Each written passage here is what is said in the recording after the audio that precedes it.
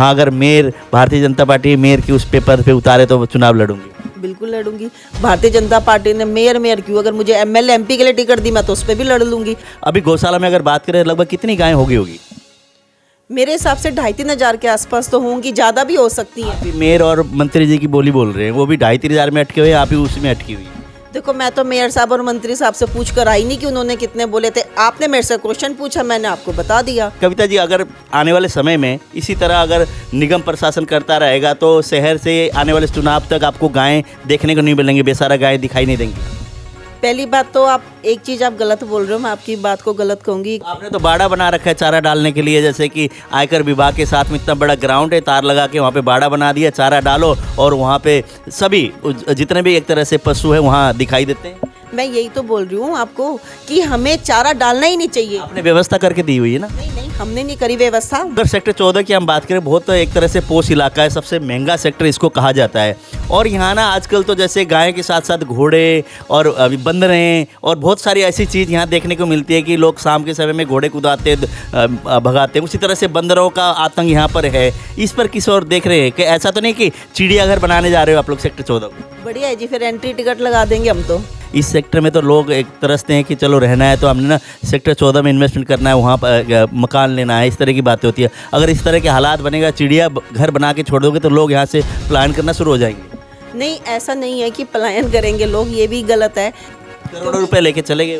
क्योंकि एमसी सारे ठीक करा रहे हैं, हम तो खुद भी ठीक करवा रहे हैं, तो इसलिए हम जो चीज़ तो पेमेंट रोकने के पक्ष में थे, सरकार ने पेमेंट दे दी, ये दिक्कत नहीं हुई? आप लोगों को तकलीफ नहीं हुई कि जनता के पैसे खराब हुए? एक तरह से गलत काम करके गए, उसके बाद पैसे भी दे दिए। ये चीज़ हमने हाउस की मीटिंग में भी बोली थी। लाइटिंग की अगर बात करें तो लाइट को लेके किस तरह का, लोग तो कहते हैं कि बीच में जो एक तरह से एलईडी लाइट लगी है, तिरंगे की लाइट लगी है, सेक्टरों में भी होना चाहिए। ये तो मैं भी कहूँगी। अभी कहेंगे। हाँ, अब उन टाइलों को उखाड़ के वहाँ पे पौधे लगाए जा रहे हैं, तो आप क्या मानती है इसमें कितना भ्रष्टाचार हो सकता है? या ये प्रक्रिया होती है कि हाँ, एक साल आज हमने काम ये बना कर दिया, उसके बाद उसको तोड़ के नए सिरे से बजट लगा के काम करें? नहीं, इसमें क्या भ्रष्टाचार है? अगर पौधे लगा रहे हैं तो पौधे लगाने में कौन सा भ्रष्टाचार है? पौधे लगाने में तो मेरे हिसाब से कोई भ्रष्टाचार है नहीं। आपका कहने का मतलब कि विकास अब हो गया, एक साल बाद उसको तोड़ के फिर उसमें रिपेयर करके कोई नई चीज़ कर दिया जाए ताकि लोगों का जो पैसा है वो खराब किया जाए। नहीं, मैंने ये चीज़ नहीं कहा है। नशे को लेकर आपकी कुछ कॉलोनियाँ लगती हैं, अंबेडकर बस्ती है और बहुत सारी कॉलोनियाँ हैं, इसको लेके पहले भी आपसे बातचीत हुई, प्रशासन ने भी कड़े कदम उठाते हुए कई वहाँ पे मकान तोड़े। उसके बाद क्या नशा बिक्री में बढ़ोतरी हुई है, कमियाँ आई हैं? क्या लगता है कुछ सुधार हो पाया है अभी नशे के क्षेत्र की अगर बात करें तो? हालांकि शिकायत लोगों की आती है, अभी भी मतलब पहले से निडर होकर नशा बेचते हैं लोग, ऐसा है क्या? बिल्कुल ऐसा ही है।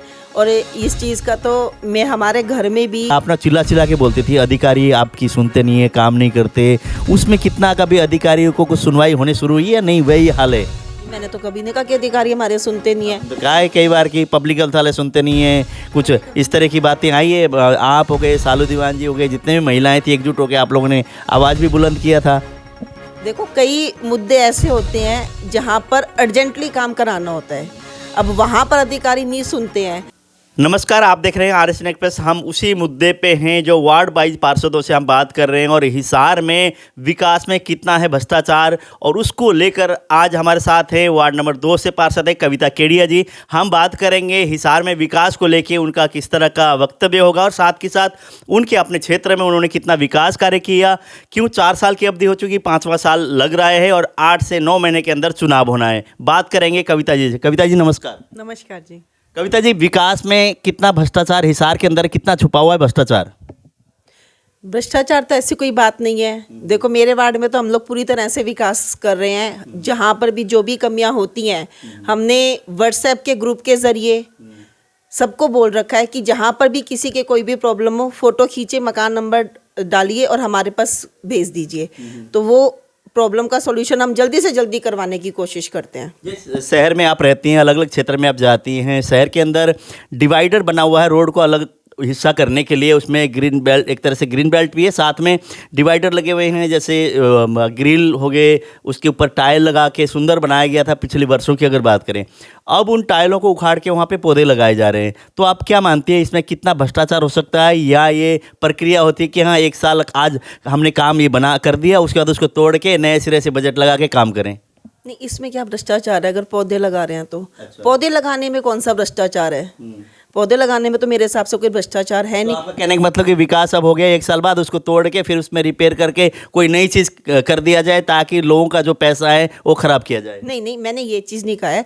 देखो, जो चीज़ हमने डिवाइडर बनवाया है निगम ने, और वो उसमें जो हमारे आजकल संस्थाएं भी बहुत हो चुकी हैं जो टाइम टू टाइम पेड़ पौधे लगाती रहती हैं। सिर्फ एक निगम ही इस मुहिम में नहीं है, बहुत संस्थाएं भी ये मुहिम चला रखी हैं। उसमें जो टाइलें उखाड़ी जाती हैं और वहाँ पे पौधे लगाए जाते हैं, उन टाइलों का भी सदुपयोग किया जाता है। कहाँ पे किया जा रहा है? वो टाइलें कहीं जगह पे ऐसे होते हैं कि बिल्कुल ब्लॉक्स वगैरह हमारे ख़त्म हो होते हैं। हमारी पटरी है, कहीं जगह पटरी बिल्कुल ख़त्म हो चुकी होती है, तो वो जो टाइलें उखाड़ी जाती हैं वो कहीं ना कहीं वहाँ पे यूज़ की जाती तो हैं। आपको नहीं लगता अगर जैसे ये ग्रीन बेल्ट या हम लोग डिवाइडर बनाने से पहले अगर प्लानिंग होती उसमें कि हाँ पौधे लगने हैं, पहले से अगर वो नियत साफ होके नियत के हिसाब से काम करते तो पैसे भी खराब नहीं होते, लेबर भी नहीं लगती और कहीं ना कहीं एक तरह से लगा के चलो सरकार के जनता के पैसे बचते। ये बात आपकी बिल्कुल सही है, लेकिन इसमें जो है जहाँ पर निगम अपनी तरफ से पौधे लगा रहा है और वहाँ डिवाइडर बनने हैं, तो वहाँ पे निगम पहले ही ये चीज़ करके चलता है। और जहाँ पे संस्थाएं आ जाती हैं तो संस्थाएं ये चीज़ बाद में कर रही हैं, इसीलिए ये थोड़ी सी प्रॉब्लम हो जाती है। अब जैसे कि मैं आपको बताऊंगी कि बीजेपी ऑफिस के सामने जो रोड है जिसे हम ट्रक यूनियन रोड बोलते हैं, वहाँ पर हमने जो रोड बनवाई है उसके बीच में आप पूरी देखिए, हमने पहले ही प्रोविज़न में डलवाया था कि यहाँ पर ग्रिल के साथ साथ पेड़ पौधे भी लगवाए जाए, चाहे ग्रीन बेल्ट के तौर पर बनवाया जाए। आप चाहे वहाँ देख भी सकते हैं, प्रॉपर पूरी खूब चौड़ी ग्रीन बेल्ट बनवाई गई है। तो ये चीज़ हमने पहले ही एजेंडे में डलवाई थी उस चीज़ में कि भाई यहाँ पर ये करवाया जाए। जी, चलो सफाई व्यवस्था की अगर हम बात करें, सफाई व्यवस्था को लेकर आप कितने संतुष्ट हैं? आपके क्षेत्र में, आपके वार्ड में कितना सफाई में ध्यान दिया जा रहा है? सफाई एकदम अच्छे से हो रही है। हाँ, थोड़ी बहुत प्रॉब्लम आती है क्योंकि कर्मचारी कम है, तो इसीलिए आपके माध्यम से मैं सरकार से भी गुजारिश करती हूँ कि हमारे जो सफाई कर्मचारी भाई और बहनें हैं उनको बढ़ाया जाए। जी, जैसे बेसहारा गौओं को लेकर एक तरह से पकड़ने की निरंतर आपके पतिदेव भी लगे हुए थे, आपके ससुर जी भी निरंतर इस प्रयास में थे, उसके बावजूद अभी पूरा तामझाम लगा हुआ है प्रशासन का, उसके बावजूद इस शहर से पशु गायब नहीं हो रहे। अगर सेक्टर 14 में एंट्री करना हो तो किसी को शाम के रात के समय 8, 9 बजे 10 बजे उनको गायों को हटाकर फिर अंदर जाना पड़ता है। ये बात तो सही है, ये तो मैं भी कहूँगी, हमारे साथ भी ये चीज़ होती है। क्योंकि गायों का सबसे ज़्यादा दिक्कत ये होती है कि हिसार के आसपास के जो गांव हैं, इलाके हैं, वो लोग के पास जो उनकी गायें दुधारू नहीं रही या जो उनके नंदी हैं, उनको एक टेम्पो या ट्रक में भरते हैं और बाईपास पे छोड़ जाते हैं। और अब जानवर है, जानवर तो कहीं भी चलता चला जाता है, और एक बार एक गाय ने अगर जिस तरफ रास्ता बनाया उसके पीछे सारी चली जाएंगी। तो सेक्टर 14 नज़दीक पड़ता है, आप भी समझदार हैं। सुनने में आया था आपके वार्ड नंबर 1 से पार्षद है टीनू जैन जी, उन्होंने कहा कि लगभग डेली 50 से 60 गाय पकड़ी जा रही है इन दिनों। जैसे केडिया एक संस्था है, उनको दिया गया है 50 से 60 गाय पकड़ के गौशाला में ले जाया जाए। अभी गौशाला में अगर बात करें लगभग कितनी गायें होगी? मेरे हिसाब से 2,5-3 हज़ार के आसपास तो होंगी, ज़्यादा भी हो सकती हैं। अभी मेयर और मंत्री जी की बोली बोल रहे हैं, वो भी 2,5-3 हज़ार में अटके हुए हैं, आप भी उसमें अटकी हुई है। देखो, मैं तो मेयर साहब और मंत्री साहब से पूछ कर आई नहीं कि उन्होंने कितने बोले थे। आपने मेरे से क्वेश्चन पूछा, मैंने आपको बता दिया। तो अगर जैसे कि डेली अगर 50 से 60 गाय जाएंगे, अभी 8-9 महीने चुनाव का वक्त आप लोगों का बचा हुआ है, तो आप समझते हैं कि ढंढूर काफ़ी है, गायें इतने लगभग 10,000 के करीब गायें वहाँ जाएंगी तब तक? ये चीज़ तो देखो, अभी हम कुछ भी ऐसे कह नहीं सकते क्योंकि वहाँ पर नंदी का अलग बना हुआ है। हम सिर्फ, आप गायों की बात कर रहे हो, मैं नंदी और गाय दोनों की बात कह रही हूँ। नंदी की जो गौशाला है वो नंदीशाला अलग बनी हुई है, तो नंदी वहाँ जाए जाते हैं और गौशाला में गायें जाती हैं। तो हम दोनों को मिलाकर काउंट करें ना, वो ज़्यादा बेटर रहेगा। बेसारा गांव की बात करें, पिछले दिनों हमने बातचीत की मेयर साहब से, मंत्री जी से, उनका 2-3 महीने पहले भी ये था कि 2 से 2,500 गायें वहाँ पे 3,000 गायें हैं, लेकिन संस्था को दिया हुआ कई दिन हो चुके, लगभग महीने से अधिक का समय हुआ, और डेली ये कहा जा रहा है कि 50 से 60 गायें लेके जाते हैं और एक तरह से रिकॉर्ड है इस तरह की बातें। लेकिन 50-60 गायें डेली अगर जा रही हैं 2 महीने की अवधि हो तो 3,000 गायें तो यही बनते हैं, और उससे पहले की गायें कहाँ पर है? इस तरह से ये भी सवाल खड़े होते हैं। आने वाले समय में निरंतर कह रहे हैं कि बेसारा गौ को पकड़ने की निरंतर काम चल रहा है और एक तरह से ढंढूर में ले जाया जा रहा है, नंदी को अलग, गायों को अलग रखा जा रहा है, इस तरह की बातें अभी कविता जी कह रहे हैं। कविता जी, अगर आने वाले समय में इसी तरह अगर निगम प्रशासन करता रहेगा तो शहर से आने वाले चुनाव तक आपको गायें देखने को नहीं मिलेंगी, बेसारा गायें दिखाई नहीं देंगी? पहली बात तो आप एक चीज़ आप गलत बोल रहे हो, मैं आपकी बात को गलत कहूँगी। तो ये बेसहारा नहीं है, उनको बेसहारा हमने ही बना रखा है। जिनके चाहे आसपास के गांव के हों, चाहे हमारे खुद के हिसार के वासी हों, जिनकी गायें दुधारू नहीं रहीं वो छोड़ के जाते हैं। जिनके पास नंदी हो गए, अब पहले के टाइम पे क्या होता था कि नंदी खेतों में भी जोते जाते थे, हमारी बैलगाड़ियाँ भी बनती थी। अब नंदी कोई काम आते नहीं है। तो जब तक हम लोग अपने पास अपने ही जानवर को नहीं रखेंगे, अपनी गायों को या नंदी को, तब तक ये चीज़ कभी ख़त्म नहीं हो सकती। सेक्टर चाहे हिसार कितना भी कर ले, चाहे मंत्री कर ले कोशिश, चाहे मेयर साहब कर ले और चाहे एमसी कर ले, हम लोग कितनी कोशिश करेंगे, जब तक हम खुद ही नहीं समझेंगे कि आज हमारे पास जो हमारे हैंगे, गाय हो चाहे नंदी हो, वो हमने हमारे पास ही रखना है, उनका पालन पोषण हमने ही करना है, तब तक ये कभी ख़त्म नहीं हो सकती हिसार में, क्योंकि आसपास के जितने इलाके हैं वो सब छोड़ के जाते हैं। जी, अगर सेक्टर 14 की हम बात करें, बहुत एक तरह से पोष इलाका है, सबसे महंगा सेक्टर इसको कहा जाता है। और यहाँ ना आजकल तो जैसे गाय के साथ साथ घोड़े और अभी बंदरें और बहुत सारी ऐसी चीज़ यहाँ देखने को मिलती है कि लोग शाम के समय में घोड़े कुदाते भगाते हैं। उसी तरह से बंदरों का आतंक यहाँ पर है। इस पर किस और देख रहे हैं कि ऐसा तो नहीं कि चिड़ियाघर बनाने जा रहे हो आप लोग सेक्टर 14 को? बढ़िया है जी, फिर एंट्री टिकट लगा देंगे हम तो। एक आधा हाथी और वो कुछ और छोड़ देंगे। मैंने ये चीज़ हमारी, जब मैं एमसी बनी थी, पहली हमारी मीटिंग हुई थी, उस मीटिंग में भी आप चाहे उसकी अगर रिकॉर्डिंग हो निगम में, वो भी उठाकर देख सकते हो। मैंने सबसे पहले यही बात बोली थी कि हिसार में सेक्टर 14 सबसे ज़्यादा पोश एरिया कहलाता है। उसमें घोड़े, कुत्ते, बंदर, सूअर, सारे जानवर आ जाते हैं। क्यों इनका निजात क्यों नहीं करा जाता है? घोड़े वालों को बहुत बार निगम ने धमकाया भी है, यहाँ तक कि कुछ एक घोड़े वालों के ऊपर चलान भी करा था, लेकिन वो फिर भी नहीं मानते हैं। और ऐसा नहीं है कि चलान कोई 100-200 का करके छोड़ दिया, अच्छी खासी राशि में चलान लिया गया था, 5100-1100-11,000 करके, लेकिन फिर भी वो नहीं मानते हैं।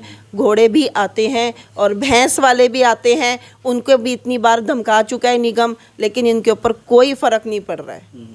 तो फर्क कहाँ पड़ेगा फिर? कैसे होएगा? स्थिति कैसे सुधरेगी? इस सेक्टर में तो लोग एक तरसते हैं कि चलो रहना है तो हमने ना सेक्टर 14 में इन्वेस्टमेंट करना है, वहाँ पर मकान लेना है, इस तरह की बातें होती है। अगर इस तरह के हालात बनेगा, चिड़िया घर बना के छोड़ दोगे तो लोग यहाँ से प्लान करना शुरू हो जाएंगे।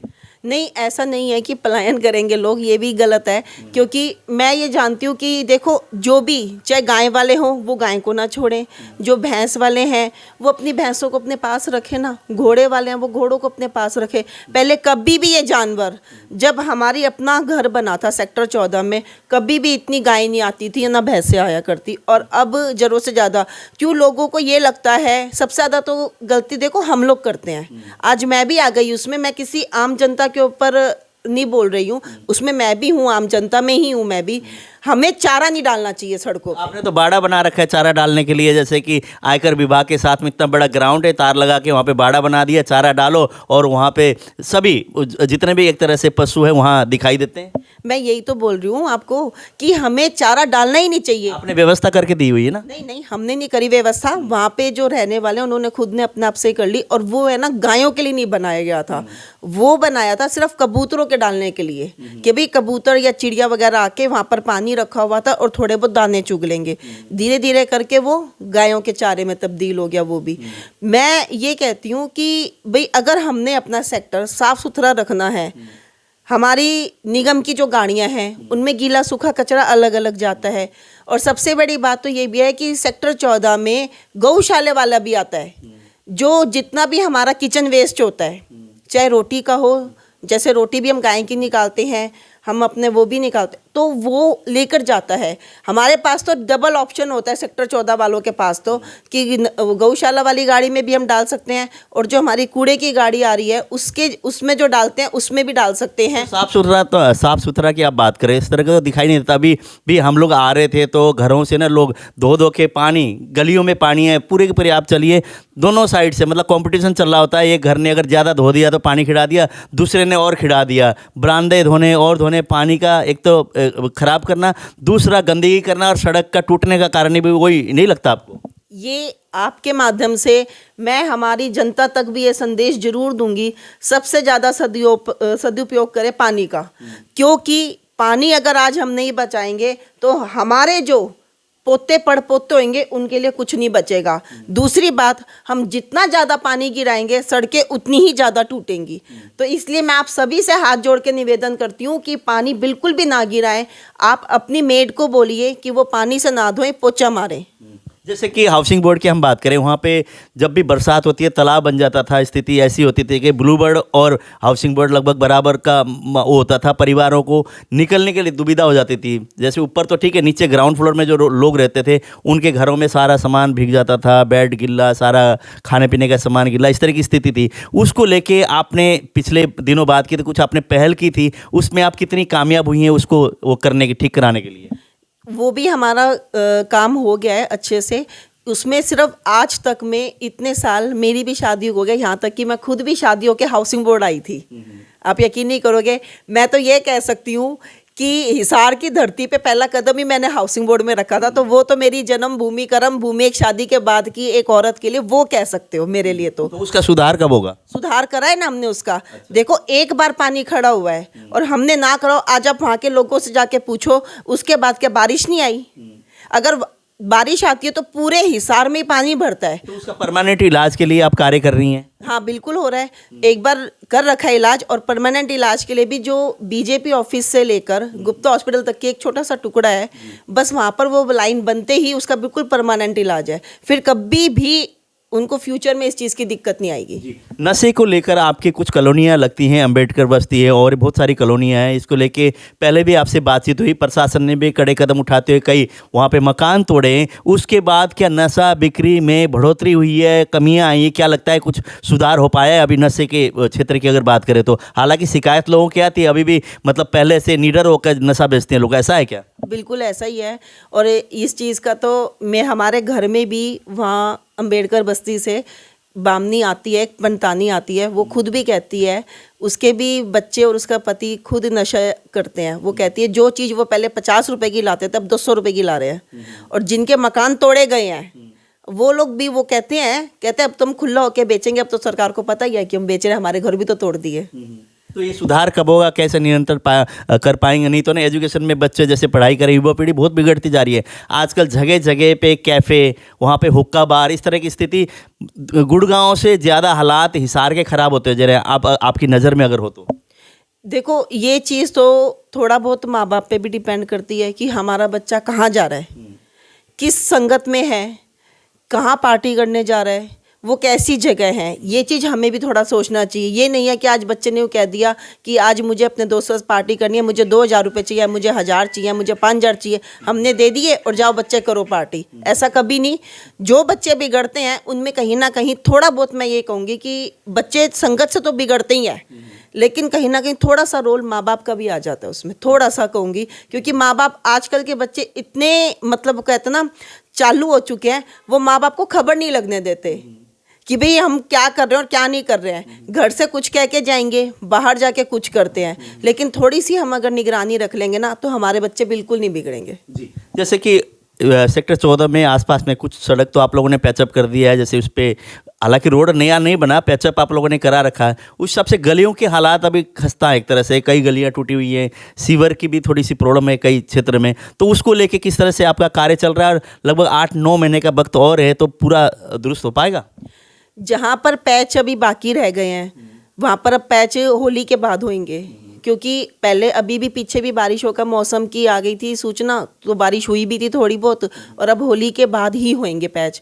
और जो सड़कें बिल्कुल ही टूट गई हैं या गलियां कह सकते हैं हम, वहाँ पर टेंडर लग के वो नई सड़कें बनेंगी। लाइटिंग की अगर बात करें तो लाइट को लेके किस तरह का? लोग तो कहते हैं कि बीच में जो एक तरह से LED लाइट लगी है, तिरंगे की लाइट लगी है, सेक्टरों में भी होना चाहिए। ये तो मैं भी कहूँगी। आप भी कहेंगे? हाँ, ज़्यादा नहीं कहती चलो, लेकिन जो मेन रोड है जैसे हमारे सेक्टर की, ऐसे हम लोग घूमते हैं, यहाँ पर तो होनी चाहिए। जी, जैसे कि हाउस की मीटिंग में हम जाते थे, आप ना चिल्ला चिल्ला के बोलती थी अधिकारी आपकी सुनते नहीं है, काम नहीं करते। उसमें कितना कभी अधिकारियों को कुछ सुनवाई होने शुरू हुई है? नहीं, वही हाल है? मैंने तो कभी नहीं कहा कि अधिकारी हमारे सुनते नहीं है। तो कहा है कई बार कि पब्लिक हेल्थ वाले सुनते नहीं है, कुछ इस तरह की बातें आई है। आप हो गए, सालू दीवान जी हो गए, जितने भी महिलाएं थी एकजुट होकर आप लोगों ने आवाज़ भी बुलंद किया था। देखो, कई मुद्दे ऐसे होते हैं जहाँ पर अर्जेंटली काम कराना होता है, अब वहाँ पर अधिकारी नहीं सुनते हैं। अब आपको कोई काम अर्जेंट हमसे कराना हो और हम आपकी सुने नहीं, तो आप कहीं ना कहीं तो बोलोगे ही। तो कहने का मतलब अधिकारी सुनने लगे हैं अब? हाँ, अधिकारी देखो हम तो बोल रहे हैं तो सुन भी रहे हैं। अच्छा, हाउस टैक्स को लेके यासी कंपनी ने जो एक तरह से सर्वे किया था उसको लेकर आप सभी ने विरोध किया, आप लोगों ने फाइल बनाकर मंत्री जी और मेयर साहब सभी लोगों की सहमति से आप लोगों ने सरकार को सौंपा, उसके बाद वो पेमेंट रिलीज हो गई है। अब हाउस टैक्स की जो प्रॉब्लम है, समस्या झुकी तुम है, उसको किस तरह से ले रही हैं आप? देखिए इसमें क्या है, अब एक गलती किसी से हो जाए, अब मान लो अपने घर में बच्चा है वो चोरी करने लग जाए, हमने उसको पकड़ लिया कि वो चोरी कर रहा है, ठीक है, अब हम उसको घर से तो नहीं निकालेंगे ना, उसको बिठाकर समझाएंगे ही ना प्यार से कि बेटा देखिए गलत काम होता है, तू अपने घर में ही चोरी कर रहा है, ऐसे कर रहा है। तो वही चीज़ है, अब ठीक है जो कंपनी ने कर दिया, खामियाजा सारा जनता को भुगतना पड़ रहा है या एमसीओ को, करोड़ों रुपए लेके चले गए वो तो। क्योंकि एमसी सारे ठीक करा रहे हैं, हम तो खुद भी ठीक करवा रहे हैं, तो इसलिए हम जो चीज़ लोग तो पेमेंट रोकने के पक्ष में थे, सरकार ने पेमेंट दे दी, ये दिक्कत नहीं हुई आप लोगों को? तकलीफ नहीं हुई कि जनता के पैसे खराब हुए, एक तरह से गलत काम करके गए उसके बाद पैसे भी दे दिए? ये चीज़ हमने हाउस की मीटिंग में भी बोली थी, तो हमने तो बल्कि मैंने स्पेशली ये बात बोली थी कि भाई जो भी डाटा था, जो पीछे मतलब हम लोगों ने हाउस टैक्स का बहुत सा डाटा लोगों का ठीक कराया था, किसी में फ़ोन नंबर था, किसी में एड्रेस था, किसी में नाम चेंज था, वो सब भी गड़बड़ आ गया था। तो ये चीज़ हमने बोला था कि भाई याशी कंपनी जो है, जो डाटा ठीक करेगी वो निगम से डाटा उठा ले, ताकि जो फाइलें ठीक हो चुकी है लास्ट टाइम में वो एटलीस्ट वैसे की वैसे ठीक हो जाएं, क्योंकि निगम के ऊपर डबल ट्रिपल नहीं, मैं कहती हूँ 10 गुना बर्डन आ चुका है हाउस टैक्स को लेके, क्योंकि जो फाइलें वो ठीक कर चुके थे उनको भी दोबारा करना पड़ रहा है। अब मान लो 10,000 फाइलें ठीक हुई हैं, तो वो 10,000 फाइलें ही दोबारा ठीक हो रही है, पहले उनको ठीक करने में 1-1 महीना लगा, अब फिर वही टाइम लग रहा है, तो इससे जो और फाइलें थी वो डिले हो रही हैं। जैसे पार्षदों की कितनी सहमति होती है, हालांकि अभी तक कोई इतना विरोध नहीं करके आते, कुछ 1-2 पार्षद कहते हैं कि भेदभाव हमारे क्षेत्र में हो रहा है। आप तो भाजपा की पार्षद, एक तरह से भारतीय जनता पार्टी में विधायक आपके यहीं से, मंत्री जी हैं और मेयर साहब आपके हैं और सांसद महोदय आपके यहाँ से बहुत सारे हुए हैं, तो पार्षद कहीं विरोध दिखाई देता है या नहीं, या सहमति के साथ चल रहे हैं अभी तक? नहीं, हमारा तो सबका आपस में भाई बहन का चारा है, हमें तो लगता नहीं कि किसी का कोई विरोध है आपस में, हमें तो बिल्कुल भी। अच्छा, तो जैसे आने वाले चुनाव में सुनने में ये भी आ रहा है कि इस बार कविता केडिया जी का भी मूड कुछ और है, हो सकता है भारतीय जनता पार्टी का यहाँ पे ना टिकट बंटवारे में बड़ा घालमेल होने वाला है इस बार, हो सकता है विधायक की टिकट किसी और को दे, मेयर किसी और क्यों करें, तो उसमें आपका भी मन करता है कि हाँ अगर mayor Bharatiya Janata party mayor की उस पे पद पे उतारे तो चुनाव लड़ूंगी? बिल्कुल लड़ूंगी, भारतीय जनता पार्टी ने मेयर क्यों, अगर मुझे एमएलए एमपी के लिए टिकट दी मैं तो उस पर भी लड़ लूंगी। बाकी हमारे सारे जनता वालों का साथ होना चाहिए हमें तो। अच्छा, तो आपने आपके वार्ड में दिलों में लोगों के राज किया है, मतलब काम किया है? बिल्कुल, आप हमारे वार्ड की जनता से पूछ सकते हो, अगर मैं इतनी बात बोल रही हूँ ना, तो इसका मतलब यह है कि हमने लोगों के काम कराए हैं, इसीलिए मुझे मेरी जनता का साथ मुझे पता है वो देंगे जी। तो कविता केडिया जी से हमने बातचीत की, वार्ड नंबर जैसे कि 2 की हम बात कर रहे हैं। अगर आपके क्षेत्र में कोई समस्या है, फ़ोटो क्लिक करके साथ में आप लोग इसमें कमेंट बॉक्स में कमेंट भी करें, ताकि ये देखकर उस काम को कर पाएँ और उस काम को दुरुस्त कर पाएँ। अगर कोई आपको दिक्कत है, कोई समस्या है, वो भी आप लोग लिख कर भी इस पर दे सकते हैं। कविता जी, समय देने के लिए बहुत बहुत धन्यवाद आपका। आपने एक चीज़ और बोलना भूल गए, फोटो तो क्लिक करके भेजें, साथ में अपना मोबाइल नंबर और कोठी नंबर भी भेजें कि यहाँ पे दिक्कत आ रही है, ऐसे तो खाली फोटो से हमें भी नहीं समझ में आएगा। अच्छा, हाँ जी, समय देने के लिए बहुत बहुत धन्यवाद। धन्यवाद। तो इस खबर को शेयर करें, कमेंट करें और हमें बताएं। अगले आपसे हम मिलवाएंगे 3 नंबर वार्ड से सालू दीवान जी से, उनसे ही बात करेंगे उनके वार्ड में उन्होंने क्या क्या काम किया है, किस तरह का विकास किया है और अभी तक का कार्यकाल कैसा रहा है।